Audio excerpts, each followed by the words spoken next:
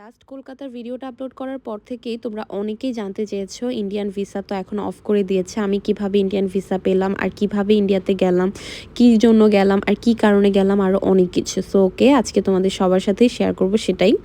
তো যাই হোক, ফার্স্টেই হচ্ছে আমরা এয়ারপোর্ট থেকে ডিরেক্ট ট্যাক্সি করে চলে গিয়েছিলাম আমাদের হোটেলে। আমাদের হোটেল ছিল দ্য মার্ক হোটেল। আমাদের অন্য একটা হোটেলে ওঠার কথা ছিল, বাট ওইখানে রেনোভেশনের কাজ চলছিল, দ্যাটস ওয়াই আমরা এই হোটেলে উঠেছি। বাট এটাও অনেক ভালো ছিল।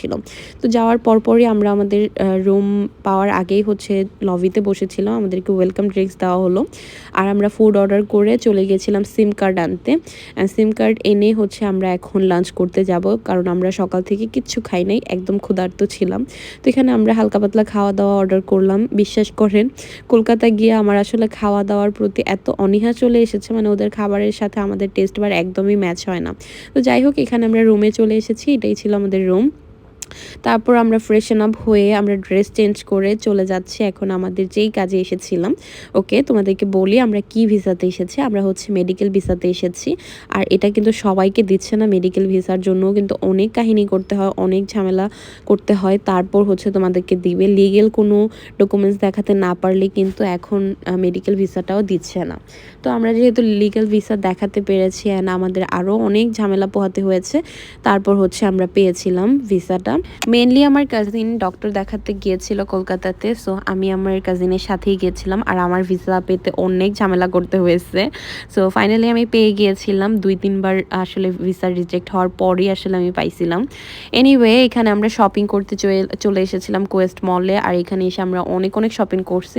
আসলে আমার ভিডিও করার কথা একদমই মনে ছিল না। তারপর আমরা একটু খাওয়া দাওয়া করলাম ম্যাকডোনাল্ডস থেকে। তারপর আবার হোটেলে চলে এসেছিলাম। এসে ফ্রেশন আপ হয়ে আমরা চলে গিয়েছিলাম প্রেমস কালেকশনে, যেখানকার ড্রেস অ্যান্ড সব কিছু এত সুন্দর ছিল। মানে প্রেমস কালেকশনের সব কিছু আমার এত এত ভালো লাগতেছিল, মন চাচ্ছিল বিয়ের শপিং টপিং এখান থেকেই করি। মানে যদিও এখন কারো বিয়ে না, বাট স্টিল আমার মনে হচ্ছিল যে এখান থেকে শপিং করতে পারলে ভালো লাগতো। তো যাই হোক, তারপর আমরা রাতের বেলা একদম রাত 11টার দিকে আমরা চলে আসি চা খেতে নিউ মার্কেটে। আমার নিউ মার্কেট আসা হয় নাই, কলকাতা নিউ মার্কেট।